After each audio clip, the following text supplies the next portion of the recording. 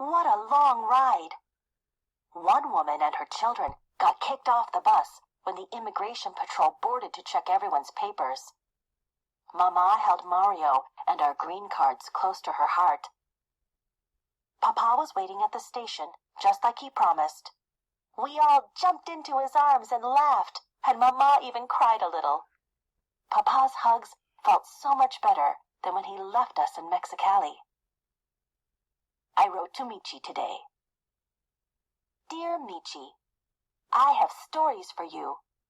Papa found a job in a factory, and we're living in a creaky old house in El Monte, east of Los Angeles.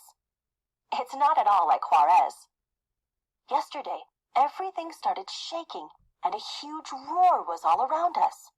Airplanes, right overhead. Sometimes freight trains rumble past our house like little earthquakes. Every day I hold my special rock and I think about home, Mexico, and our walks to the park. Papa says we might go back for the holidays in a year or two. Until then, write me. Missing you. Amada Irma. Immigration.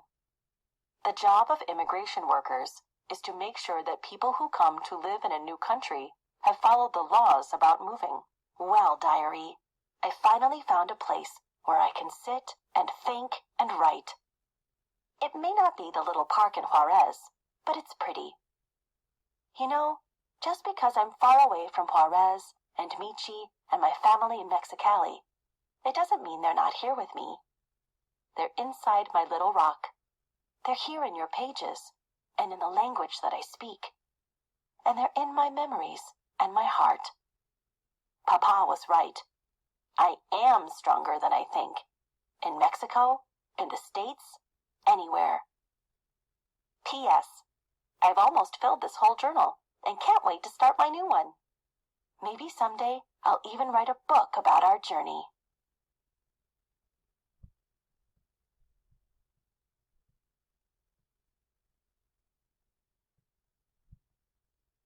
A note from the author. When I was only 5 years old, my family left Mexico for the United States. That time, when we left Juarez behind, stayed with my nana in Mexicali, waited breathlessly for my father's letters, was exciting, but also painful. I didn't know then that I, like so many other economic and political refugees, could survive in a completely new place. As a teacher, I have heard many amazing stories from my students about their own journeys from one homeland to another. Some of my former students have devoted their lives to helping new immigrants who have also had to leave the comfort of home and country.